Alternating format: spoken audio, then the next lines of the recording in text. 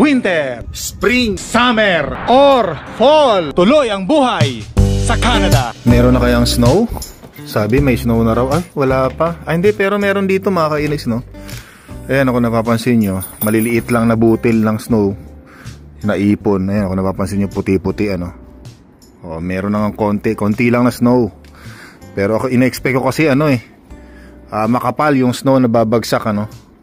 Oh, diba? Pero yan. Good morning, Dave. Yan. Kapitbahay natin. Nakita ko doon, nagkawayan kami. Yan. Natatanaw ko na yung kapitbahay natin doon kasi yung mga puno sa harapan niya, pinagpuputol niya na rin. Katulad ng puno natin, pinagpuputol na natin. Kasi nga fall na. Kaya pag lumabas siya ng bahay niya, nakikita ko na siya. Yan, nagkawayan kami. Gandang araw ulit sa inyo mga kainags, ano? Dito tayo sa harapan ng bahay natin, no? Yan, ay meron na nga konting snow pero yung ground wala pang puti, ano. Ayan, no. Pero kung napapansin niyo mga kainags, diba? Kung napapansin niyo yung may mga konti yung mga butil-butil lang na mga maliliit lang na snow na maliliit lang na. Pero pag bumagsak sa lupa, natutunaw. Napapansin niyo, meron na nga, ano. Yan, salamat naman. Ina-expect ko pagkagising ko ngayon, nako magkakaroon ka agad tayo ng trabaho sa pag-shovel ng snow, ano? Mabuti naman at salamat sa Panginoon, wala. Pagbagsak ng snow, tunaw. Diba? Yan yung harapan natin, oh. Ayan, mga puti-puti nga, mayroon na nga, oh. Kala ko naman yung ano. Pero bukas, hanggang bukas daw magi-snow, no? 71% bukas. Hindi ko lang alam kung bukas yung makapal yung snow sa sa ground, pero yung the rest ng araw ayon sa forecast wala nang snow. Ay, salamat naman, pero malamig mga kainags, tapos ang ating kalangitan, kung napapansin yung kalangitan natin, madilim, makulimlim. Ayan, nga naman, ano, meron nga. Salamat naman. Inihanda ko na yung pala natin, yung shovel natin, hinanda ko na Tapos sabi ko, pagka tapos ko magkape, warm up na ako para mag-shovel ng snow. Yun ang sabi ko sa kanina, no?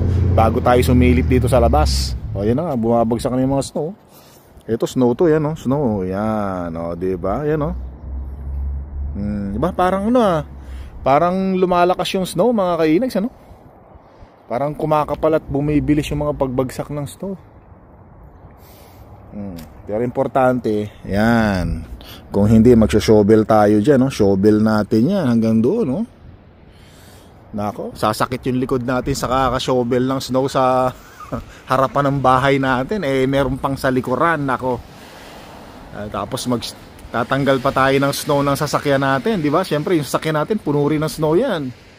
Bago tayo pumasok sa trabaho, pagod na tayo. Yan. Ang hirap, pero syempre tinatawanan lang natin yan at hindi tayo nagre-reklamo mga kainags, ano. Nako, lamig. Ayan, tara. Lagay muna tayo ng kape sa tasa ng para meron tayong mahigop na mainit-init.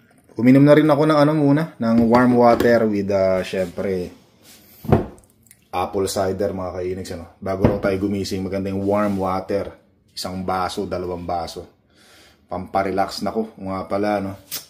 Pagka ganitong parating na yung Pasko, no, tapos ganyan ang panahon, tapos sa aming mga kakilala na kasi tayong na-lay off na sa trabaho, nawala na ng trabaho ngayong parating na Pasko, mga kainags, ano. Medyo hindi maganda yung Paskong parating para dun sa mga kababayan natin na lay off sa trabaho, diba? Hindi magandang balita. Yan, may mga kumpanya na mahihina na kailangan magtanggal ng empleyado. Siyempre sa mga susunod na araw, hindi pa natin alam kung ano yung mga mangyayari, di ba? Nako. Nakakalungkot lang kasi mga kainags, Pasko kasi di ba dapat pag Pasko masaya ka no? Pag parating na yung Pasko kasi nga Pasko tapos mawawalan ka ng trabaho parating yung Pasko, di ba? Hindi mo alam, wala kang kamalay-malay. Sabi nga nila, kahit na anong sipag ang gawin mo sa trabaho, kahit na anong dedication mo sa trabaho, kapag ikaw ay tinanggal ng kumpanya, lahat ng sipag mo, lahat ng dedikasyon mo, lahat ng ginawa mo para sa kumpanya, wala yun. Mawawala yun. Minsan tatanungin mo yung sarili mo, bakit ako? Bakit ako yung tinanggal? Ang sipag-sipag ko, Diba? Yung mga ganun no? Kasi ganun talaga mga kainis, business is business. Medyo nakakalungkot lang syempre, di ba? Pagpapasko. So marami na ngayon, marami na ako nababalitaan mga kainis sa iba-ibang kumpanya. Nako. Hello baby boy. Yan. Tumunog na naman yung umandar na naman yung ating furnace heater mga kainis, Pagka naririnig kong umaandar na yung furnace heater natin, napapapikit ako. Naku po, Diyos ko po. Magkano nang babayaran ko dito sa kuryente sa katapusan? Di ba? Ay, yung furnace heater po, doon sa mga hindi nakakaalam, yun yung nagbibigay ng init dito sa loob ng bahay natin habang napakalamig sa labas. Ganitong winter or fall na malamig. Labas muna tayo. Okay, by the way nga pala mga kainags, yan, nagsuot nga pala uli ako ng ng Remembrance Day kasi sa November 11 ay ating ipinagdiriwang ang Remembrance Day, pagpupugay at pag-alaala sa mga sundalong bayani dito sa Canada na lumaban o pinadala sa ibang lugar para lumaban. Ipagtanggol ang dapat ipagtanggol. O yan. November 11, Tuesday yun mga kainis, day off tayo, Tapos habang day off tayo, holiday, bayad tayo sa trabaho, di ba? Halimbawa, nagbablog tayo, bayad tayo sa trabaho kasi sa kumpanya natin, kahit na day off ka, basta natapat ang holiday, bayad. O, di ba? Isa sa mga benefits, mga benepisyo. So sana tumagal pa tayo sa trabaho natin, Siyempre, pagka nawalan tayo ng trabaho, medyo, siyempre, mag-iibang lifestyle natin, mag-iibang buhay natin, mag-a-adjust talaga tayo. So labas muna tayo doon sa dito muna tayo tumambay sa labas ng bahay natin mga kainags, Tapos naalala ko nga pala, isang taon na pala yon yung na-hospital tayo, nung nadala tayo sa ospital, sumakit yung tiyan natin. Kung ano mga dinikit sa akin sa aparatus. Yung pala na-impatcho lang, hindi na tunawan. Sobrang siba kasi sa pagkain, Ambira. So hindi ko na kasi na malaya na nagkakaedad na pala tayo mga kainags, Siyempre pag nagkakaedad ka na, humihina na raw yung metabolism natin, yung ating pagtunaw sa pagkain. Bira ako ng bira, lakas ko pa naman lumamon. Yan. Tapos biglang sumakit. O nga pala, sabi nila dahan-dahan ka na sa pagkain. Nako po, lalo na sa gabi. Kasi gabi yun mga kainags, so dami kong kinain nun biglang sumakit yung tiyan ko. Bira, kaya ngayon alalay na ako sa pagkain, especially mga karne-karne, yung mahirap ng matunaw. Hindi na tayo bata katulad ng dati. Bira. Kaya may gamot ako, yung pamparelax ng muscle kung sakaling atakihin ako ng impatcho, meron ako dyan, laking tulong yun. Pag na-relax yung muscle mo, babagsak yung mga nakabarang pagkain sa balon-balunan ba yun? Bituka. Ang sarap gumising pag yung sa Pilipinas ka. Pagka alas 6 ng umaga, yung tiktilaok ng manok, lalabas ka lang ng bahay mong ganyan, sarap nakakamiss. Yung hangin, lakas. Although ganun din naman dito mga kainis, fresh ang hangin, maganda, tahimik, 'di ba? Pero iba pa rin sa Pilipinas, yung gising sa Pilipinas na nakasanayan natin. Teka mo, papasok muna ako, nakalimutan ko maglagay ng tapalodo sa bunbunan ko at baka magkasakit tayo. Meron hood yung ko, pero may hawak yung dalawa kong kamay, may hawak. Teka muna. Dito muna tayo sa bakura natin, sa backyard, sa alley. Ayan, pakita ko lang sa inyo mga kainags, ayan, parang umulan, sa Pilipinas, ganyan, baha. Ayan, tapos yun yung ating mga raspberries na pinipitikan, Ganyan na itsura niya pagka ganitong fall. Doon tayo. Labas muna tayo rito, pasyal-pasyal. Hop, dahan-dahan lahat, baka mabasa yung ating paa. Ayan, ako, ganda ng kulay nung puno.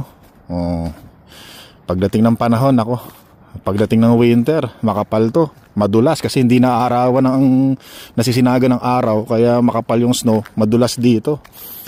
Ayan, kasi yung araw pag winter doon magsisimula Pag paikot lang yan Doon ang bagsak Ayan, kaya dito pag may snow na matagal mawala. So ito na yung cherries na pinipitikan ko. Yan ay itsura niya ngayon.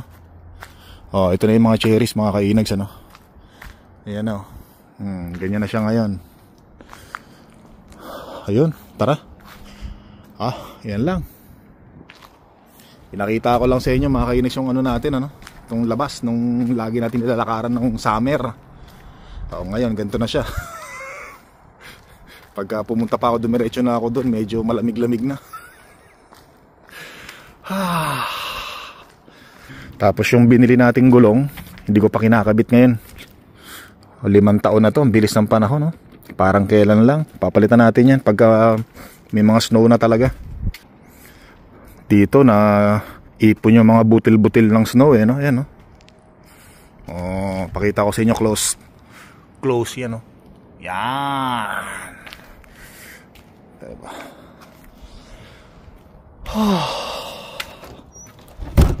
Yung blower para sa mga snow, nakahanda na lahat yun. Mga battery, naka fully charged na. Handa na sa winter. Dito muna tayo sa labas ulit mga kainags, ano? Yan, tapos nagbasa-basa kasi ako ng comment kanina. May nabasa akong comment. Isa sa mga kritiko natin, ano? Matagal na nating kritiko to. Matagal na, more than a year na. Shoutout sa'yo, no? Yung mga kritiko niya naman sa akin, yung mga banat niya naman sa akin, okay naman mga kainags, ano? May punto rin naman talaga siya. May tama talaga, kaya na-appreciate din natin, ano? Hindi naman tayo pumapatol sa mga kritiko natin, sa mga basher natin. Pero hindi ko masabing basher ko siya. Kumbaga siya parang mga sinasabi niya lang kung ano yung mga napapansin niya sa akin sa vlog. Aminado naman ako na hindi ako perfectong vlogger, perfectong tao, no? Makasalanan din ako, sabi ko nga sa inyo hindi ako perfecto, kaya okay lang sa akin na kinikritiko ako, yung binabanatan din ako. Okay lang din sa akin yan, normal sa mga vlogger yan mga kainags, ano? Yun, tapos napukaw lang yung aking attention doon sa isang comment niya sa akin. Ang sabi niya kasi daw, hindi raw ako nagsisimba. Teka muna, tawid muna tayo. Hindi raw ako nagsisimba, kung ano raw yung mga pinag-aagawa ko.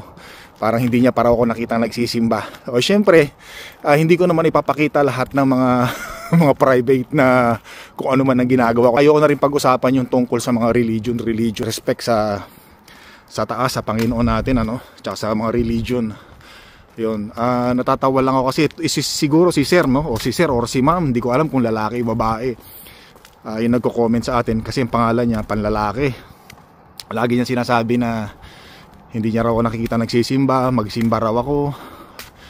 Siguro si sir, isang banal na tao, yung palasimba, siguro baka nagsisilbi siya sa isang simbahan. Pero kung babalikan, naalala ko tuloy yung mga comment niya sa akin na hindi rin magaganda, no? Kumbaga sabi ko, pala to, itong tao na to na lagi nagsasabi sa akin na magsimba, may mga sinasabi rin sa akin na hindi dapat or hindi inaasahan na lumabas sa kanyang bibig, or hindi inaasahan na isusulat niya sa comment section against sa akin or kritiko laban sa akin. So wala naman tayong problema doon mga kinas, no? Kaya lang naalala ko lang tuloy yung kanta ni ni Dong Abay ng Yano. Alam niyo yun, yung kanta ng Yano, Santong Kabayo, Banal na Aso. Parang mali Banal na Aso, Santong Kabayo ba yun? Kalimutan ko na bihira naman, ano. Kasabay ko ang isang ale, nagro-rosaryo, mga mata niya'y nakapikit, para mamalang niya sa tabi ng kumbento. Lalong pumapakit ang panahon pag kumakanta ako, no?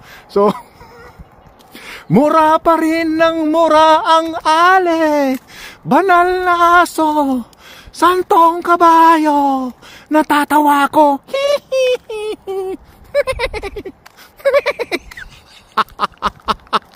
Ang bihira.